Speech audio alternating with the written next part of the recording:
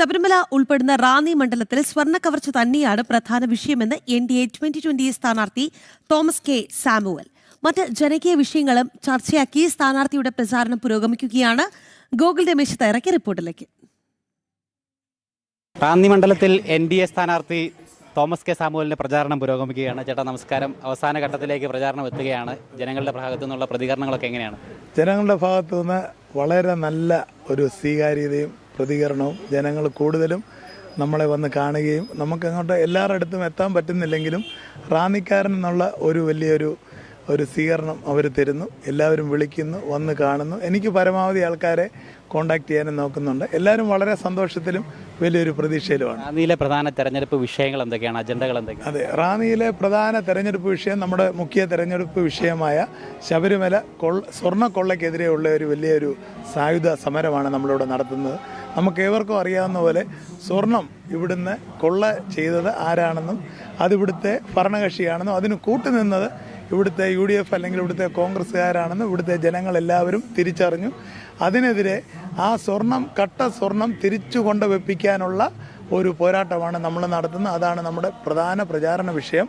അപ്പോൾ അതിനുവേണ്ടി NDA അല്ലെങ്കിൽ 2020 ഇവിടെ അവസാന ശ്വാസം വരെ ഉണ്ടാവും എന്നുള്ളതാണ് ജനങ്ങൾക്ക് കൊടുത്തിരിക്കുന്ന ഉറപ്പ്.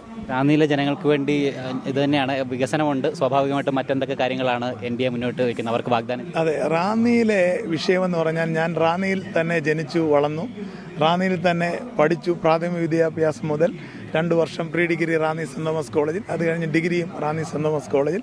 അതിനുശേഷം റാന്നി ഇട്ടിയപ്പാറയിൽ തന്നെ ഞാൻ എൻ്റെ ഒരു ചെറിയ ബിസിനസ്സുകൾ ട്രാവൽ സംബന്ധമായിട്ട് ആരംഭിച്ചു. അപ്പോൾ ഇവിടുത്തെ സാധാരണ ജനങ്ങളും അവരുടെ കൂടെ തന്നെയുള്ള ഒരു ജീവിതമാണ് എനിക്ക് അന്ന് മുതൽ ഇന്ന് വരെ. അപ്പോൾ ഇവിടെ എനിക്ക് മനസ്സിലാക്കാൻ പറ്റിയത്, ഞാൻ വിചാരിച്ചിരുന്ന റാന്നിയിലെ ബസ് സ്റ്റാൻഡ് വിഷയങ്ങളും അല്ലെങ്കിൽ റാന്നിയിലുള്ള പാലത്തിൻ്റെ പണികൾ നമ്മളെ കളിപ്പിച്ച വിഷയങ്ങളും പിൽഗ്രിം സെൻറ്റർ നടത്താമെന്ന് പറഞ്ഞ് ശബരിമല ഭക്തന്മാരെ പറ്റിച്ച വിഷയങ്ങളും അതുപോലെ ഇട്ടിപ്പാറ പിന്നെ ചന്തയുടെ വിഷയങ്ങളും ഒക്കെ ആയിരുന്നു. പക്ഷേ അതിനേക്കാളൊക്കെ ഉപരി ഈ പര്യടനം ആരംഭിച്ചു വന്നപ്പോൾ 12 പഞ്ചായത്തുകളിലും യാതൊരു അടിസ്ഥാന സൗകര്യം പോലും കൊണ്ടുവരുവാൻ ഈ ഭരണപക്ഷത്തിന് കഴിഞ്ഞിട്ടില്ല. അതിൻ്റെ ഉത്തരവാദി ആരാണെന്നുള്ള കാര്യം ഈ ജനങ്ങൾ തിരിച്ചറിഞ്ഞു. നമുക്കിപ്പോൾ ഉള്ളത്, നമുക്ക് അടിസ്ഥാന സൗകര്യങ്ങൾ ആദ്യം കൊണ്ടുവരണം. നമ്മൾ വലിയ വികസനം പറയുന്നതിനോടൊപ്പം തന്നെ കുടിവെള്ളം ഇവിടില്ല, റോഡില്ല, നമുക്ക് കുഞ്ഞുങ്ങൾക്കുള്ള യാതൊരു സൗകര്യവുമില്ല. യുവാക്കളെന്ന് പറയുന്ന ഒരു കമ്മ്യൂണിറ്റി റാന്നിയിലില്ല. 70% യുവാക്കളും ഈ പ്രതിസന്ധി ഇവിടെ താമസിക്കാൻ വയ്യാതെ ഈ നാട് വിട്ട് അന്യ സംസ്ഥാനങ്ങളിലും മറ്റു രാജ്യങ്ങളിലും. അപ്പോൾ അവരെല്ലാം ഇവിടെ പിടിച്ചു നിർത്തുവാനും പിന്നെ വലിയ കഷ്ടപ്പാട് അനുഭവിക്കുന്ന ഒരു കമ്മ്യൂണിറ്റിയാണ് പ്രവാസികൾ.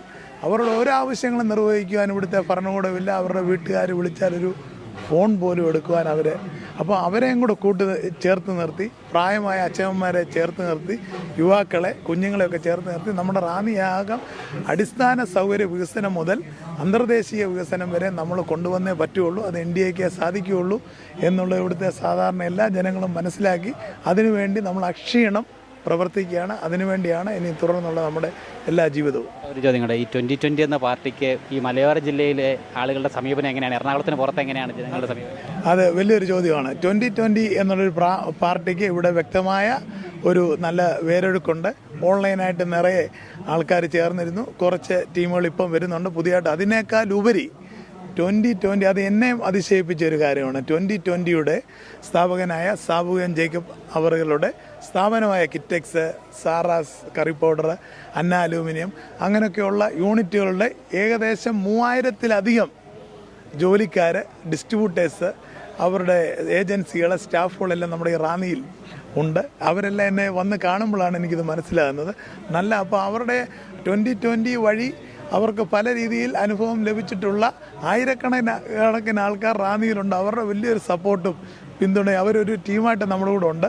ഓരോരുത്തർ കടന്നു വരുന്നു. അത് 2020ക്ക് ഇവിടെ വ്യക്തമായ വേരൊഴുക്കുണ്ട്. ഒരു രീതിയിൽ അല്ലെങ്കിൽ മറ്റേ രീതിയിൽ എന്നുള്ളത് വളരെ വ്യക്തമാണ്. ചേട്ടാ എല്ലാ വിജയാശംസകളും ചേട്ടാ. Thank you. അതിനാണ് എന്തായാലും അടിസ്ഥാന വിഷയങ്ങൾ, ജനകീയ വിഷയങ്ങൾ തന്നെ ചൂണ്ടിക്കാട്ടിക്കൊണ്ട് ആ വിഷയങ്ങൾക്കും പ്രശ്നങ്ങൾക്കുമൊക്കെ പരിഹാരം മുന്നോട്ട് വെച്ചുകൊണ്ട് തന്നെയാണ് NDA സ്ഥാനാർത്ഥിയുടെ പ്രചരണം പുരോഗമിക്കുന്നത്. വലിയ വിജയപ്രതീക്ഷയിൽ തന്നെയാണ് റാന്നി മണ്ഡലത്തിൽ NDA സ്ഥാനാർത്ഥി തോമസ് കെ സാമുവൽ.